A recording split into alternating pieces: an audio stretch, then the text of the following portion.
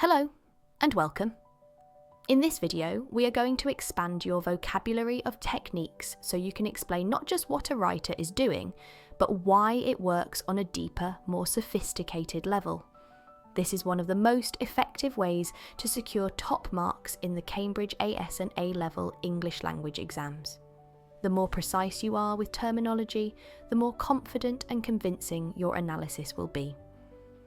Let's explore some key techniques with examples and break down exactly how each works in the reader's mind, the kind of insight that will make your examiner take notice. Direct address. This is when the writer speaks directly to the reader using pronouns like you or your. For example, you won't believe what happened next. It's not just conversational, it actively positions the reader as a participant, collapsing the boundary between writer and audience. By assuming the reader's involvement, it creates an implicit bond as though you've been chosen to receive privileged information. This psychological cue can make the audience more receptive to the message because they've been invited inside the narrative. Listing. A series of items or ideas, often separated by commas. For example, the shelves were stacked with bread, fruit, cheese, and jars of honey.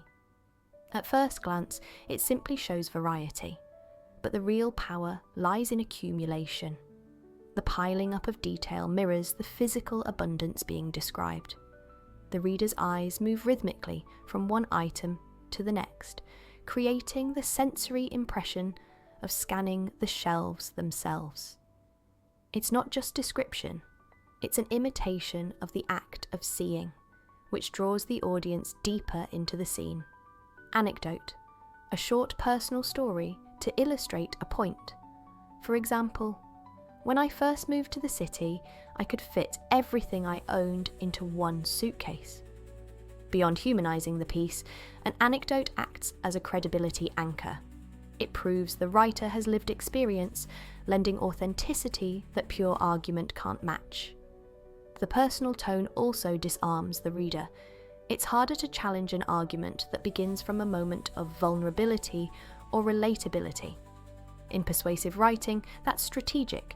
Sensory imagery, language that appeals to the senses, sight, sound, smell, taste, or touch. For example, the air smelled of fresh rain and warm bread. This bypasses logical processing and plugs directly into memory and emotion. Smell in particular is neurologically tied to memory, so a reader who has ever smelled fresh bread will re-experience that moment almost involuntarily. In a text, this creates instant emotional transport, pulling the audience into the writer's world before they've even begun to analyse it consciously. Metaphor. Describing one thing as if it were another. For example, her voice was velvet. This doesn't just convey softness. Velvet carries connotations of luxury, richness, and intimacy. In a single word, the writer compresses layers of meaning that would take multiple sentences to unpack. The metaphor subtly guides the reader into associating the subject with qualities that are both tactile and emotional, shaping perception without overtly telling them what to think. Simile, comparing one thing to another using like or as. For example, the clouds hung low like dirty cotton wool. At a basic level, this clarifies the image. At a higher level, it colours the atmosphere.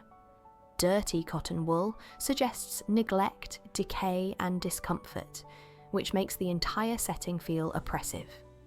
The comparison steers the reader toward a mood. The simile isn't just descriptive, it's tonal, repetition, deliberately repeating words or phrases for emphasis. For example, alone, all alone, utterly alone. The repetition slows the rhythm, forcing the reader to dwell on the concept. The escalation from alone to utterly alone amplifies the intensity, making the emotion feel inescapable. It works like a tightening grip. With each repetition, the word's weight grows heavier in the reader's mind. Parallelism. repeating a similar grammatical structure in sentences or phrases to create rhythm and balance. At the sentence level, she came, she saw, she conquered. The repetition of structure creates inevitability, the sense that each action follows naturally and unstoppably from the last. It's like the steady beat of a drum driving the momentum forward. At the phrase level, reading for joy, reading for growth, reading for life.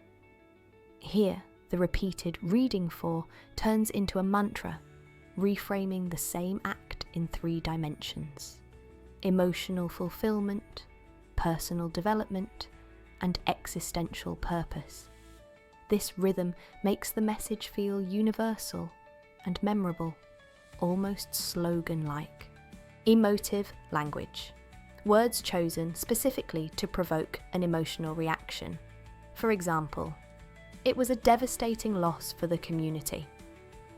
The adjective devastating doesn't simply label the event as bad. It directs the reader's emotional response, ensuring they process it with the intended gravity. This is like setting the emotional frame before the reader even has a chance to interpret the event for themselves. Rhetorical question. A question asked for effect, not to receive an answer. For example, who wouldn't want a second chance? The obviousness of the expected answer closes down opposition without explicitly arguing against it.